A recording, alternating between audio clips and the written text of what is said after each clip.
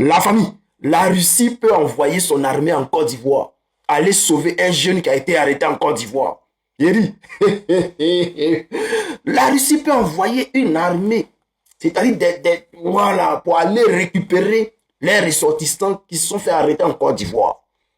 Je ne sais pas si vous vous souvenez, une fois, il y a eu une manifestation en Côte d'Ivoire là-bas, où des jeunes ont abordé le drapeau russe, et puis ils sont allés manifester avec. Et Ouattara est parti arrêter ces jeunes-là. Alors, qu'est-ce qui se passe? Après ça, il y a un autre cas qui est arrivé en Côte d'Ivoire, mais cette fois-ci, c'est plus grave, chers frères. Et on apprend qu'il y a une bonne nouvelle. On dit la Russie pourra désormais envoyer son armée en Côte d'Ivoire. Bon, on va aller en profondeur. On va faire doucement pour que chacun puisse comprendre. Alors, prenez vos tabourets, nous allons décoller. Mets un cœur, abonne-toi, on y va.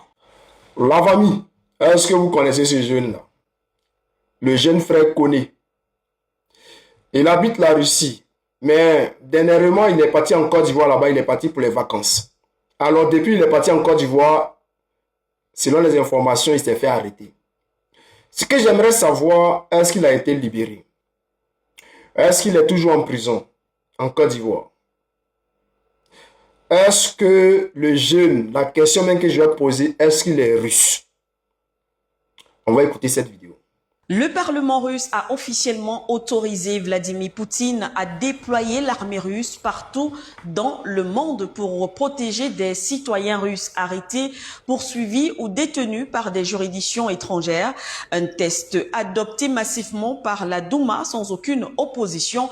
Est difficile de ne pas faire le lien avec l'affaire Nicolás Maduro, car en janvier dernier, les États-Unis avaient lancé une spectaculaire opération militaire du côté du Venezuela pour kidnapper le président vénézuélien Nicolás Maduro et le transférer de force vers New York afin qu'il soit jugé pour narcoterrorisme. Une opération dénoncée par Moscou comme une violation grave du droit international. Concrètement, Moscou estime désormais pouvoir intervenir militairement si un ressortissant russe est visé par une justice étrangère ou par une juridiction internationale que la Russie ne reconnaît pas. Pour les autorités russes, il s'agit d'une réponse à ce qu'elles qualifient de machine répressive occidentale et à une montée de la russophobie contre les citoyens russes dans plusieurs pays. Un test adopté massivement par la Douma sans aucune opposition puis transmis au Conseil de la Fédération avant signature présidentielle. Vladimir Poutine dispose donc désormais d'une dizaine de jours. Alors, chers frères, chers camarades, peuple de Côte d'Ivoire, c'est une très bonne nouvelle pour nos frères ivoiriens qui sont en Russie. Parce que dernièrement, j'ai vu des vidéos de nos frères qui sont en Russie là-bas. Ils ont peur d'aller en vacances en Côte d'Ivoire parce que le jeune Koné s'est fait arrêter.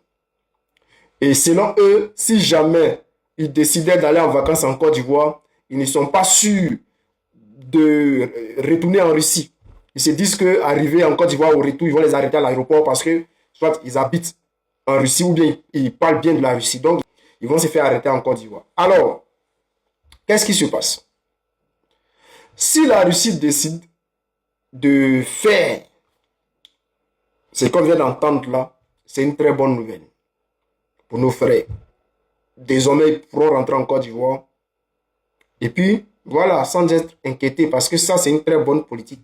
Si la Russie applique ça, ça va être une très bonne politique pour la Russie. Voilà, pour nos frères, surtout pour nos frères. Alors, chers frères, vu qu'on parle de la Russie, on va écouter cette vidéo parce que je suis choqué. C'est quelqu'un que j'écoute souvent et j'aime très bien écouter cette personne-là. Mais dernièrement, j'ai été déçu par une de ses sorties parce que j'ai senti de la manipulation. J'ai senti de la manipulation. Alors, on va écouter cette vidéo-là, frère.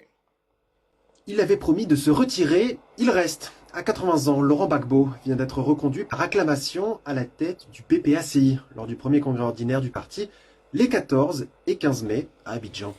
Mais derrière l'euphorie des 3000 congressistes, c'est une purge. Awadon Melo, l'ancien vice-président exécutif du parti, est radié définitivement. 2 autres cadres avec lui. 11 militants suspendus pour 12 mois. Leur crime, avoir bravé la ligne du parti en participant aux élections que Gbagbo avait ordonné de boycotter. Dans le cas de Don Melo, une accusation plus grave circule, celle d'avoir entretenu des contacts russes, transformant une querelle interne en enjeu géopolitique. Le message de Gbagbo est clair, pas de retraite, pas de successeur, pas de dissidence.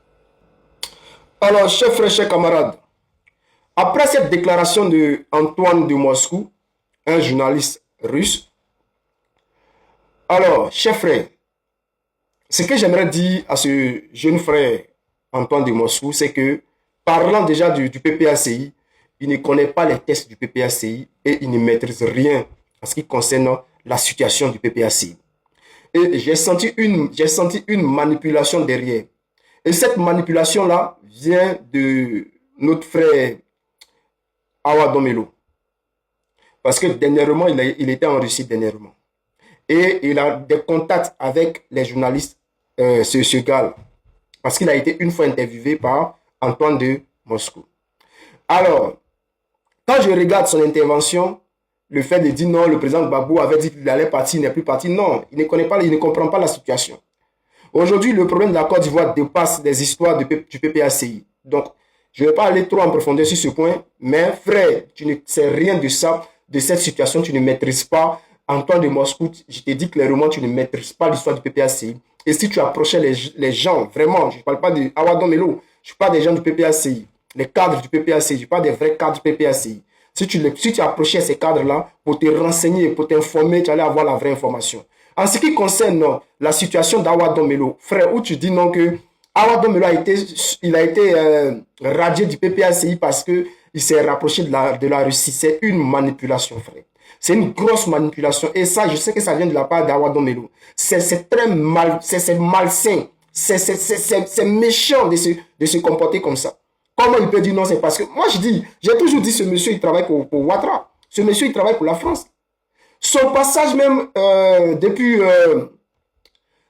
son passage depuis la Guinée prouve déjà le contraire. Que lui là, il n'est pas avec le PPACI, il a toujours été avec la France. Alors, ce que j'aimerais dire en ce qui concerne Awa Domelo, moi je pense que c'est un agent, c'est un agent de la France. Je pense qu'il est au service de la France.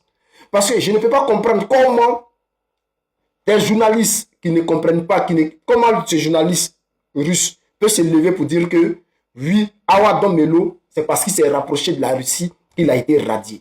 Non, c'est du n'importe quoi. C'est du n'importe quoi. Parce que le PPACI a cette admiration pour la Russie. Le PPACI a toujours soutenu la Russie. En ce qui concerne tout ce qu'ils font pour l'AES.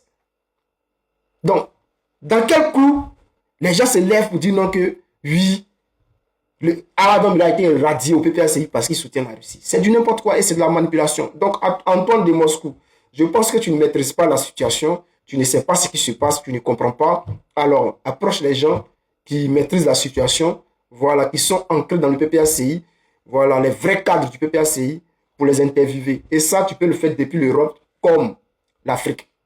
Donc, arrêtez de faire ce que vous êtes en train de faire là. Ça, ce que vous êtes en train de faire, c'est de la manipulation et c'est très dangereux parce que jouer à ce jeu-là, c'est de salir le PPACI. Et le parti du président Gbagbo Laurent, je pense qu'il est trop grand pour vous, ce que vous êtes en train de faire là.